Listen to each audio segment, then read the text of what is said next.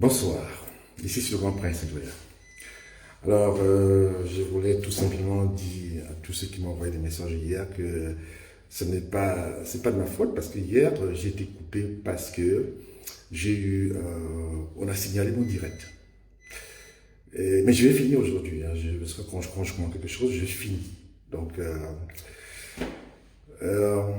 alors, on parlait de quoi encore là? Voilà, on parlait des Paul Biya, des Franc Biya, des Canto et la ministre Cortés Savamante. Je vais commencer par elle. J'ai suivi les témoignages de certaines personnes. Je vais essayer de partager ça avec vous avant de commencer. Parce que, vous savez, moi, ça me fait de la peine qu'une grande sœur comme Madame Cortés se mêle de la politique locale. Et pourtant, elle est ministre, ministre de la République. Elle n'a pu se prendre la tête avec le problème d'héritage, de mère dans son village, à moins qu'elle a quelque chose à cacher. Vous savez, quand vous avez quelque chose à cacher, bon, ce moment-là, vous essayez de mettre les gens que vous pouvez contrôler. Apparemment, ce n'est pas le cas. Je vais vous faire écouter le témoignage de son frère, même père, même mère, qui m'a envoyé de Baranté, de Yaoundé. Et elle n'est pas d'accord avec son comportement. Et puis après, maintenant, je vais vous parler de Eric Niet, que je connais plus ou moins à Boston, quand il était étudiant. Donc, je vais essayer de vous donner quelques témoignages de la personne. Donc, pendant que je cherche, je demande 2 minutes là, 2 secondes.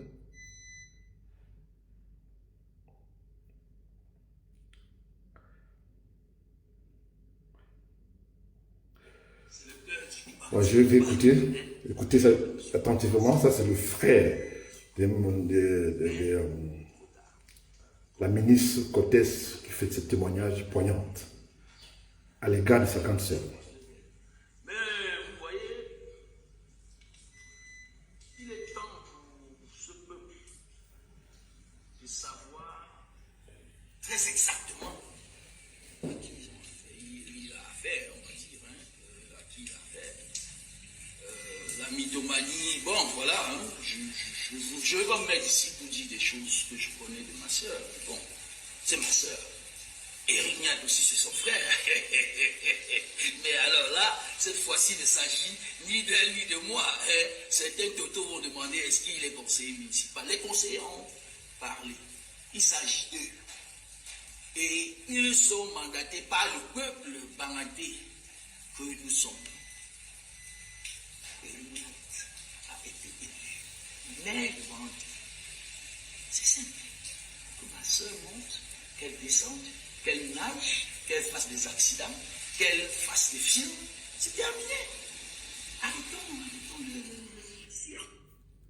Voilà, je voulais juste vous faire écouter le témoignage de son frère, Baranté. Alors, j'ai l'impression que au Cameroun, les gens, bien que je n'ai pas pour l'habitude de parler des problèmes des divisions dans le parti d'État, dont les EDPC. Mais pour une fois, je me permets aujourd'hui parce que je trouve ça, je trouve pas ça normal qu'une personne de sa carrure puisse ne pas s'intéresser au problème de qui va susciter à la mairie de Baranté, puisqu'elle a pendant des décennies géré bien la mairie de Baranté. Elle a bien travaillé, ça on peut quand même pas lui dire ça. Elle a bien travaillé. Mais vous savez, quand vous êtes là pour servir les peuples, quand on vous envoie quelque part, vous partez pour travailler. Vous n'avez pas encore essayé de voir ce qui se passe derrière.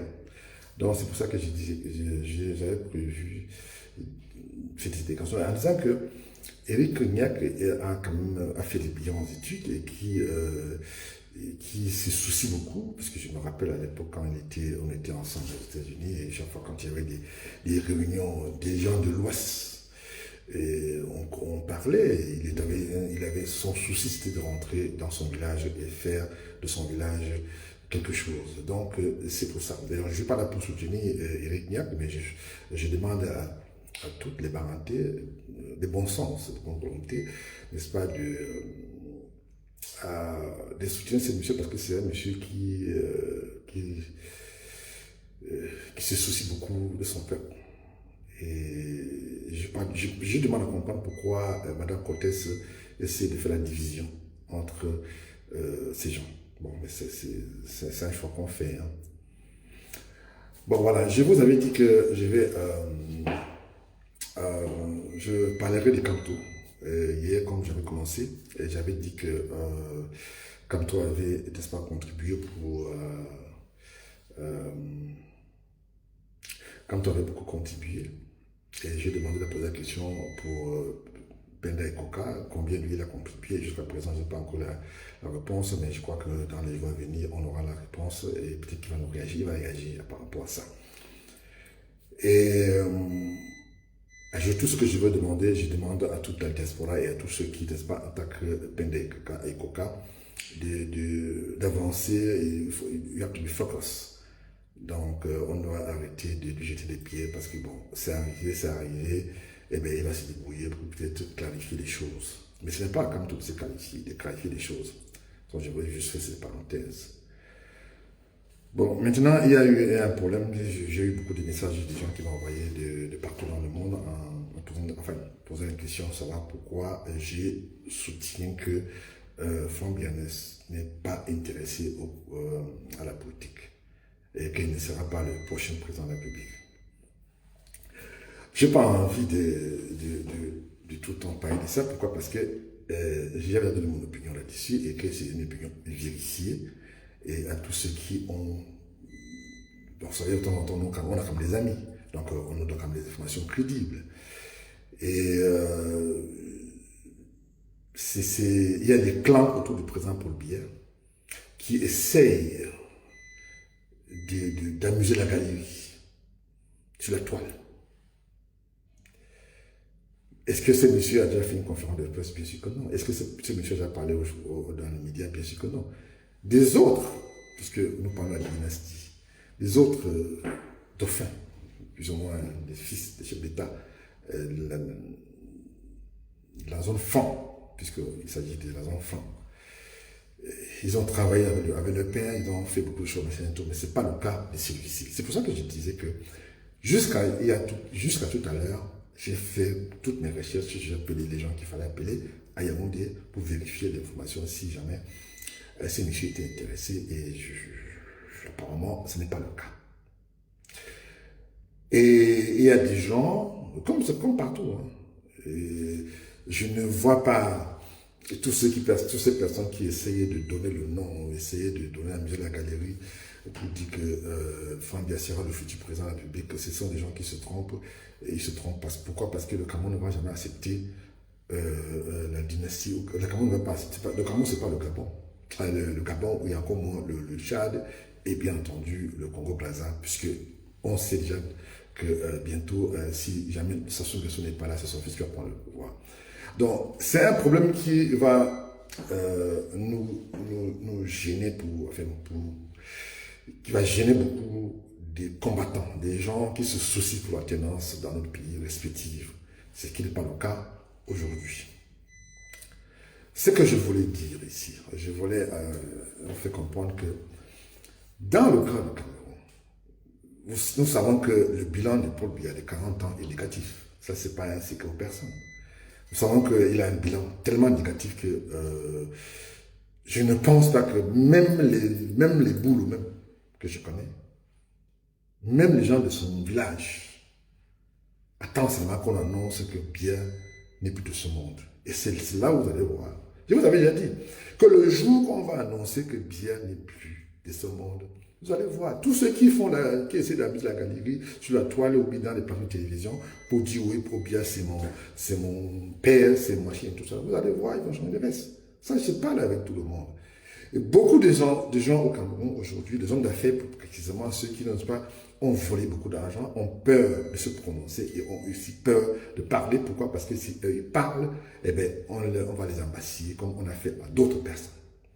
Nous avons ici cru à un moment donné qu'il y avait la démocratie au Cameroun, mais on se rend compte que c'est la démocratie des façades que nous vivons aujourd'hui au Cameroun. Pour peu que vous parlez contre le régime, le bilan de ce régime, et bien vous embasillez. Et je continue à dire que il y a bientôt, enfin, je vous avais déjà dit que depuis un moment, le président Paul Biya ne contrôle plus rien. C'est pour ça que ça va dans tous les sens. Que maintenant, le ministre de la Justice, ou bien le secrétaire général de la présidence se jette des pieds, ou bien il y a des conflits entre eux, ça c'est un problème. C'est des cas isolés juste pour de la galerie. Parce que ce ne sont pas des gens qui sont, enfin, je ne dis pas qu'ils ne sont pas intéressés à prendre le pouvoir, parce que si on les donne, ils vont prendre. Mais je dis que ce n'est pas des gens qui vont prendre le pouvoir au Cameroun, parce que, bon, c'est pas que je connais les Camerounais, mais je sais que tout ce que je sais des Camerounais, c'est des gens qui sont des gens trop lâches et acceptent de souffrir et se posent la question de savoir de temps en temps, on va faire comment alors? J'ai dit ici que la Biya a créé un système pour que les gens, pour que tous ces militaires, tous ces gens-là, tout l'entourage du président Paul Biya ait peur de lui. Donc c'est pour ça qu'il ne donne pas l'impression qu'il va démissionner ou qu'il va machin tout. Mais il a de façon que nous on a, qui est plus ou moins une information crédible, et il se pourrait que ce monsieur veut mourir au pouvoir. Et c'est pour ça le problème. C'est là le problème. Alors, est-ce que à 40 ans de pouvoir, c'est une génération sacrifiée? Je ne vous apprends rien. Ceux qui vivent au quotidien au Cameroun savent. Les fonctionnaires ne sont pas payés depuis, enfin, ils ont des salaires, je dirais même les salaires qu'on connaît. Les gens vivent suivis. Le Cameroun aujourd'hui, personne ne veut investir au Cameroun. Tout le monde veut partir du Cameroun, sortir du Cameroun, aller en Europe, aller en Amérique, aller au Canada, un peu partout dans le monde, sauf le Cameroun. Et c'est comme ça que beaucoup meurent comme ça, dans les conditions que nous savons tous. Pourquoi? Parce qu'au Cameroun, ça ne va pas. Quand je vois des gens qui viennent sur des plateaux de télévision et essaient d'amuser la galerie, parce que j'appelle ces personnes qui soutiennent le régime, des gens qui essaient d'amuser la galerie, ça me fait rire. J'avais déjà annoncé il n'y a pas très longtemps que vous savez comment ça se passait. Il y avait toute une campagne médiatique à mon égard, parce que j'avais dit des choses qu'ils ne voulaient pas entendre. Et ça fait tout un tourbouille médiatique. Vous vous souvenez très bien. Eh bien, j'assume et je répète encore et je dis que Biya n'assume plus rien au Cameroun. Rien. Qu'on ne vous raconte pas des histoires que Biya assume encore quelque chose au Cameroun. Ça, c'est des conneries, c'est des histoires, il n'assume plus rien. Mais vous vous souvenez, à une époque où quand le Biya était encore quelqu'un qui assumait des choses, il ne pouvait pas ne pas appliquer les élections très souvent. On change de ministre et puis très souvent on met des ministres par-ci par-là, mais aujourd'hui, ça fait quoi? Ça fait déjà presque plus d'un an qu'il y a eu les élections législatives, mais on n'a pas vu des changements et des mouvements. On a des informations. On a la liste que j'ai reçue avant-hier des ministres qu'on va changer, et beaucoup. Et je profite pour dire à certains des ministres qui ont fait venir le marabout à Yaoundé que beaucoup d'entre vous vont sauter et beaucoup vont aller en prison. J'ai la liste de ceux qui vont aller en prison. Beaucoup de ministres vont aller en prison. Mais le problème qui se pose maintenant, il y a blocage quelque part. Pourquoi? Parce que le président Paul Biya n'assume plus. Donc il ne peut pas agir. Vous savez, comme j'avais toujours dit, quand on a un pouvoir et que tout doit, c'est lui qui doit décider. C'est-à-dire que tout doit passer par lui. C'est lui le Dieu du Cameroun. Je ne peux pas parler de roi parce que, bon, le roi est au-dessus. C'est le Dieu du Cameroun. Alors, on a tellement peur de lui parce qu'on ne sait pas s'il est vivant ou s'il est mort. Nous avons de temps en temps, dans les médias du Cameroun, à savoir la télévision camerounaise, où on nous parle, on nous fait voir les vidéos. Mais pourquoi il fait des vidéos, on voit qui reçoit les émissaires, soi-disant émissaires. Pourquoi il ne parle pas? Parce qu'il n'a plus toute sa faculté. Il n'arrive plus à assumer. J'ai déjà dit. Alors, tous ceux qui ont mangé les pierres en disant que j'avais dit qu'il était mort, mais quand je dis mort, ce n'est pas mort physiquement, mort politiquement. Il n'est plus avec nous. Parce qu'il ne nous gère plus. Vous avez l'entourage qui essaye de prendre le pouvoir. Mais vous avez des opposants, les gens qui s'opposent, même entre eux, ça ne va pas, qui essaient de prendre le pouvoir.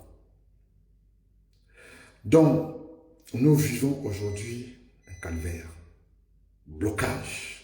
Personne ne veut investir au Cameroun. Personne ne veut faire quoi que ce soit au Cameroun parce que les gens ont peur de mettre leur argent au Cameroun. Parce qu'on ne sait pas ce qui va se passer après. Un pays où la 80% je dis même, s'il y a les élections libres au Cameroun aujourd'hui, et que vraiment c'est libre, transparent comme à l'époque là, je ne pense pas que le RDPC peut faire peut-être 10 députés. Bon, puisque au Cameroun aujourd'hui, on est habitué au vol. On vole les unes, on manipule les gens, et on fait chanter les gens, parce que les gens ont une carrière à défendre. Tout comme certains magistrats, certains fonctionnaires, certains policiers, certains gendarmes, qui sont parfois mes amis, avec qui je parle souvent, qui se plaignent. Vous avez des commissaires de police qui sont là, qui sont obligés de payer à l'autre personne, en haut là-bas, en haut là-bas, là, pour qu'on le maintienne là où il est. Et s'il ne paye pas, on l'enlève. Voilà ce qui se passe au Cameroun. C'est-à-dire, on ne vous nomme pas des postes de stabilité par mérite, mais parce que vous avez vos parents, ou bien c'est pas moi, vos amis vous aident à donner l'argent pour qu'on vous maintienne. C'est tout comme pour les autres ministres. Nous avons vu ce qui se passe. Alors moi, je voulais ici profiter pour vous dire que il faut que les gens arrêtent parce qu'aujourd'hui au Cameroun, pour se faire nommer ou bien avoir une considération importante, il faut qu'on parle de Kanto. Il faut qu'on parle de Kanto, il faut qu'on insulte Kanto. Je vous ai parlé hier, lors de ma conférence hier, je vous ai parlé de Nguini et puis Aïteba, qui est aujourd'hui créé sur la toile que le ministre de Finances voulait finir avec, parce que il a empoisonné des trucs, machin, tout, et qui lui, machin, tout. Voilà les gens qui ont créé le NSC pour faire le chantage au régime. Mais quand eux est venu changer les choses, et aujourd'hui, ils n'ont que le 2 pour pleurer. Pourquoi? Parce qu'ils ont été délaissés là-bas, là où ils avaient les marchés et autres. Et aujourd'hui, bon, puisque c'est un monsieur qui, je dirais, comme il est, c'est Dieu qui l'aide, parce que j'ai eu des informations à un moment donné où il y avait des gens qui se préparaient à lui faire du mal, à le tuer même. Il y avait même des gens qui voulaient vraiment finir avec lui, parce qu'on trouvait qu'il était un danger pour le régime. Mais il tient bon. Bon. Maintenant, vous avez vu, quand vous n'êtes pas d'accord avec le régime et que vous travaillez, que vous êtes fonctionnaire, vous êtes payé par... C'est-à-dire que certains ministres camerounais ont pris la fonction publique comme leur affaire personnelle. C'est-à-dire que quand vous n'êtes pas d'accord avec, on vous balance à Yokodoma, ou bien on vous balance à Yoko, je ne sais pas où, on vous envoie n'importe où au Cameroun pour vous punir. Tout comme pour les policiers et gendarmes. C'est pour ça que très souvent, parfois il y a des policiers et gendarmes qui sont obligés de se prostituer pour les prendre. Pas parce qu'ils le veulent, mais parce qu'ils ont une famille à nourrir, ils ont des enfants à nourrir. Nous avons suivi sur la toile où il y a beaucoup de gens qui Enfin, beaucoup de gens ont publié ça sur la toile, un policier qui demandait le vin pour son patron. Au vu aussi de tout le monde. C'est-à-dire que sans gêne. Et vous avez vu, est-ce que vous avez vu le responsable de le président de la République réagir? Bien sûr que non. Vous avez vu aujourd'hui les gens qui ont pris de l'âge et qui, n'est-ce pas, se soucient encore et soutiennent encore un régime qui ont, je dirais, leur avenir derrière eux. Et je sais pourquoi et pour quelle raison.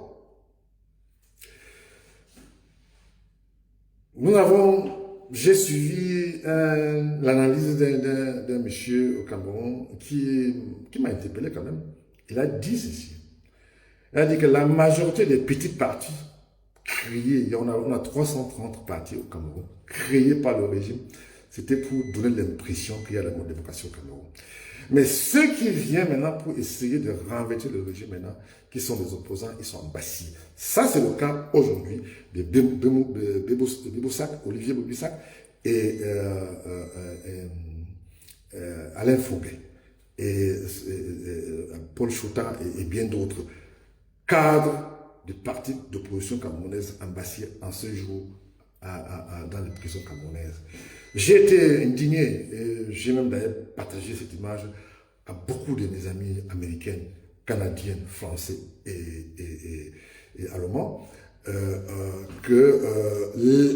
non seulement on vous arrête, on vous met en prison, et quand les gens, les membres de ce parti d'opposition qui est le MLC, qui, n'est-ce pas, se portent garant pour aller donner à manger à ces personnes, sont embassés et parfois la nourriture, quand on les amène en prison pour les nourrir, est arrachée et mangée par les gardiens de prison.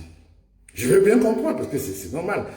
Comment voulez-vous qu'un gardien de prison qui gagne 50 000 francs le mois, comment il peut s'en sortir? Il est obligé de vivre avec le peu qu'il a. C'est pour ça que ça n'avance pas, puisque le salaire des fonctionnaires au Cameroun n'a pas avancé dans les temps depuis pratiquement 20 ans. Autrefois, je me rappelle quand j'étais môme, autrefois c'était à la mode être fonctionnaire camerounais. Mais aujourd'hui, ce n'est plus le cas.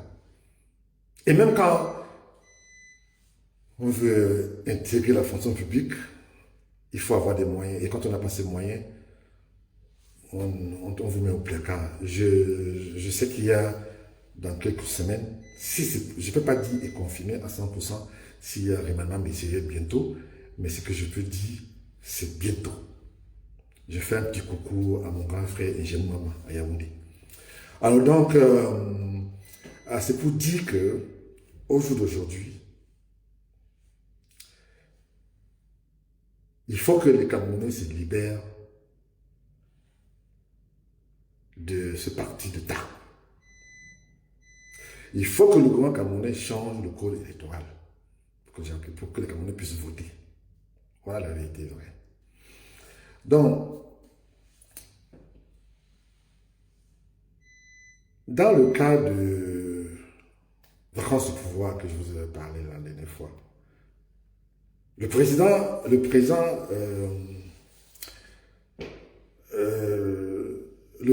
a un problème parce qu'il est seul. Il est seul. On donne l'impression qu'il contrôle encore les choses, mais il ne contrôle rien. Que dalle. Que dalle. Je vous avais bien dit que le 20 mai, il ne sera pas là. Et je vous avais dit que je vous mets au défi de même prouver le contraire. Parce que bientôt, on ne va même plus le voir recevoir les émissaires à la présidence. Bientôt. Il a une santé, à ce moment précis, il a une santé tellement fragile que ça va être très très difficile pour lui. Je ne le souhaite pas. Vous savez, on ne souhaite pas l'amour à quelqu'un, on lâche tout. Mais j'aurais aimé que maman, que papa, grand-père, que tu prends ton courage. Tu n'écoutes pas les gens, monsieur le président, pour le bien. N'écoute pas ton entourage. Fais comme Aïjo avait fait. Prends ton courage en main, monsieur le président, pour le bien. Parle à la nation camerounaise et démissionne. Et comme ça, tu te rentres au village te reposer. Parce que ça ne sert à rien d'être présent juste par le nom. Pourtant, vous ne faites rien. Vous avez donné le pouvoir au Premier ministre. Bien sûr que non, on n'a pas donné le pouvoir au Premier ministre. Le Premier ministre fait la figuration. On donne l'impression que le Premier ministre a le pouvoir. Pourtant, c'est le secrétaire général présent qui a le pouvoir. Comment vous pouvez expliquer aux Camerounais que on dit, voilà ce qu'on dit, on dit instruction du président de la République. Mais ce n'est pas lui qui écrit. Alors, donc ça veut dire qu'il n'a pas de main pour écrire. Donc c'est là où j'ai un problème. Je ne suis pas le seul dans mon cas. Je ne suis pas le seul dans mon cas. Beaucoup de Camerounais se posent la même question. J'ai appris que je suis comme monsieur tout le monde la lutte des clans qui sévit en ce moment à Yaoundé. Je vous avais dit, contrairement à ce que les gens parlaient de la Constitution, qu'il faut respecter la Constitution, et je vois certaines personnes qui viennent ici sur la toile et essayer de justifier la Constitution, que la Constitution, il faut respecter, machin et tout. Est-ce que le gouvernement camerounais va respecter la Constitution bientôt? Là, c'est que non. Ils ne vont pas respecter la Constitution. Je vous avais dit qu'il y aura des congrès de l'EDPC, non? Bientôt, non? Eh bien, vous allez voir le congrès de l'EDPC. Bon, maintenant, je ne peux pas vous dire à 100% si Biya va démissionner ou pas, mais ce que je peux vous dire, c'est que il va partir avant son dernier mandat, avant ses mandats, il va partir avant. Ça, je peux vous confirmer ça là, parce que, à moins qu'il y ait quelque chose, vous savez, comme on dit souvent chez nous, à l'Ouest Cameroun, l'homme propose, il dispose. On ne sait jamais ce qui va arriver. Peut-être que il va partir avant. Mais ce que je sais, tous ceux avec qui j'ai ce privilège, ça d'avoir des informations qui me fournissent souvent des informations crédibles, m'ont confirmé que oui, effectivement, il y aura les élections anticipées. Mais élections anticipées pour quand? Je ne peux pas vous dire. Parce que je n'ai pas envie de vous donner une date. Et que, vous savez, avec le Cameroun, on n'est jamais sûr à 100%. Hein. C'est-à-dire que quand je vous parle au conditionnel et je vous parle toujours, je vous donne une information crédible à 70%. Je ne peux pas vous dire 100% parce que le Cameroun ne sait jamais. Donc, c'est pour ça que je dis que les gens doivent aujourd'hui prendre leur mal en patience. Vous avez vu ce qui s'est passé avec ce qui s'est passé l'année dernière, où on a abassé tous les opposants camerounais. Moi, j'ai toujours dit que la majorité des opposants camerounais qui sont là aujourd'hui, ce sont des opposants de Bakouti. Ça, je répète encore ce que j'ai dit. Les opposants camerounais avaient des petits partis créés, comme on dit, left and right. Ce sont des opposants de Bakouti. Ce n'est pas des vrais opposants. Alors, donc, c'est pour ça que le gouvernement, à l'heure où je vous parle, panique à chaque fois quand le président de MSC parle. Toute la République panique. Vous savez, tous ces partis, 330 partis, ils font quoi? Le programme politique, on ne connaît même pas le programme politique. Il se passe pour des opposants. Et moi, avec le parti, le NSC, on a quand même son programme politique. Et le EDPC, on n'a pas son programme politique. Ben, on va vous dire que c'est le parti au pouvoir. Mais on ne va pas vous dire... Beaucoup de gens militaient pour le parti d'État, dont le EDPC, ils ne connaissent même pas l'idéologie de ce parti. C'est pas si il est de la gauche, ou bien il est de l'extrême gauche, ou l'extrême droite, ou bien il est... Je sais pas moi, beaucoup de gens ne connaissent pas. Mais on connaît au moins... pour le parti de MSC. C'est pour ça que je dis que tous ceux qui essayent de ternir l'image du président Maurice Kamto perdent le temps parce que ce monsieur est courageux. Et je l'ai toujours dit, et je répète encore ce que j'ai dit avant, que ce monsieur non seulement est courageux, mais il a mis sa vie en danger pour se battre pour le Cameroun. Et que si aujourd'hui, ceux qui le détestent peuvent toujours continuer à le faire. Mais je peux vous garantir que ces mêmes personnes vont revenir demander des excuses. Ça a déjà commencé, puisque les autres ont déjà... Ils ne peuvent pas le faire ouvertement, puisque la honte aujourd'hui a remplacé... Bon, beaucoup de gens ils ont vendu la honte aux chiens, comme dirait l'expression français. Voilà. Ils ont vendu la honte aux chiens. Alors quand je dis qu'il n'y a plus rien à attendre de ce régime, j'assume ce que j'ai dit. Parce que le régime Biya va donner un concours à qui que ce soit, À 92 ans, il va encore donner croix à qui que ce soit au Cameroun aujourd'hui.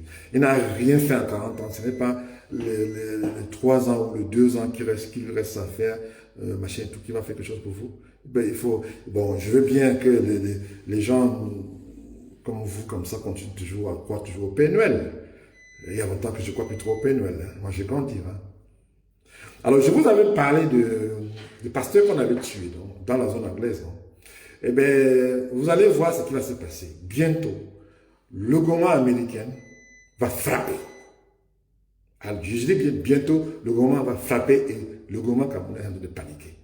Mais on est un peu surpris que la France est en train de vouloir négocier avec le gouvernement américain pour que le gouvernement américain ne frappe pas. Je vous dis que bientôt, le Cameroun va lire l'heure. C'est-à-dire que le gouvernement camerounais va lire l'heure. On a demandé le compte de l'argent qu'on a envoyé pour machin et tout. Voilà, tout a été détourné. Personne ne peut parler, ne peut dire quoi que ce soit. Pourquoi? Parce qu'ils n'ont plus rien.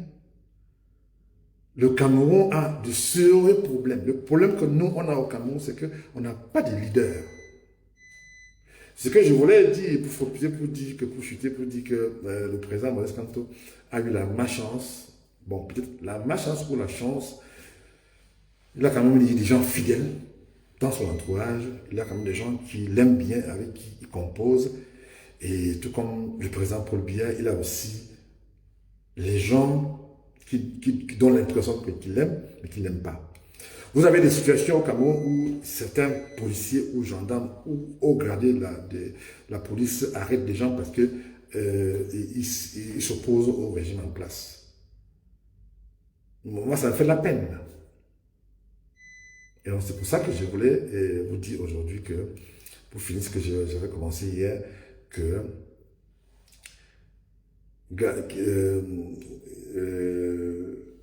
arrêtez de vous diviser autour de Kamto et focaliser, il y a toujours du focus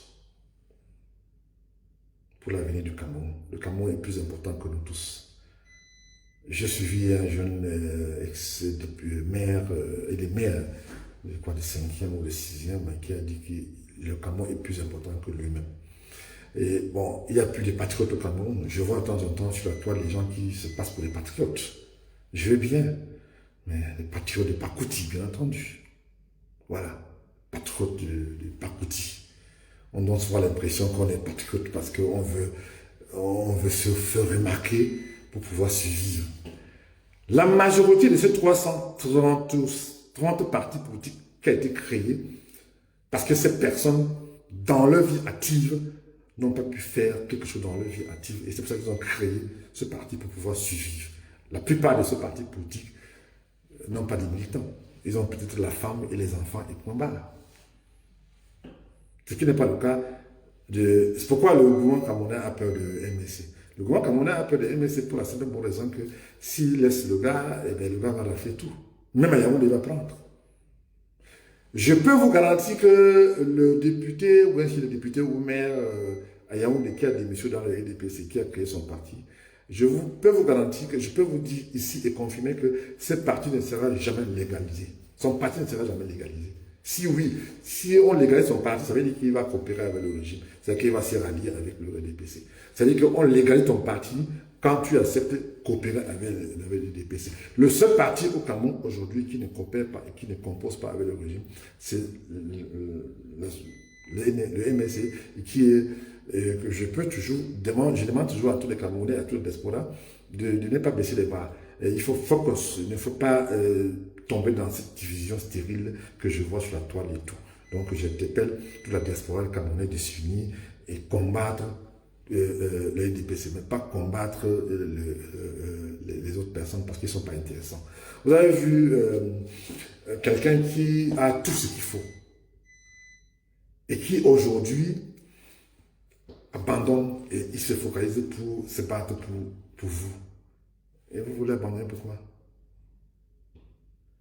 Vous avez des gens qui à plus de 90 ans, ils attendent toujours le poste de ministre. 92 ans, ils attendent toujours qu'on le nomme ministre. Aujourd'hui, les ministres, comment on appelle ça encore, Les magistrats n'ont pas de syndicats, tout comme les policiers n'ont pas de syndicats au Cameroun parce qu'ils ont peur.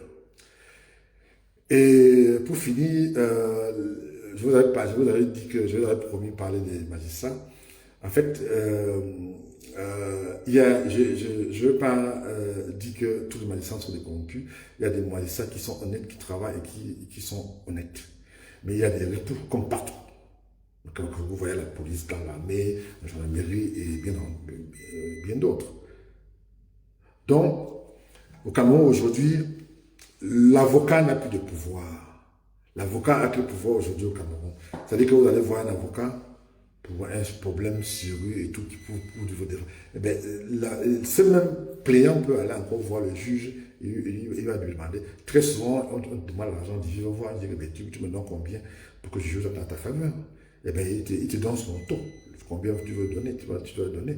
Et quand tu lui donnes, à ce moment-là, eh bien, au tribunal, on fait semblant comme s'il y avait une justice et tout. Je vous ai dit hier, je crois, qu'il y a un magistrat qu'on a suspendu à Foumbane parce qu'il a osé libérer quelqu'un qui a tué parce qu'il a perçu l'argent. Je n'ai pas envie de citer le contemporain. Pourquoi? Parce qu'il va se reconnaître. À Foumbane, je vous dis. Nous avons dénoncé, nous avons passé notre temps à dénoncer le comportement des magistrats camerounais chez nous, à l'Ouest Cameroun. Parce que quand ils arrivent à l'Ouest, parce que nous, on respecte. La différence entre ces personnes, c'est que, entre des gens d'autres régions du Cameroun, chez nous, on respecte quand même les gens, on respecte les étrangers. Nous, à l'Ouest, on est quand même bien relevés. Mais ils profitent de ça pour nous embastir. Voilà le problème que nous, on a à l'Ouest Cameroun. Ça en fait la peine. Un magistrat qui a eu... il a eu quoi? Il a eu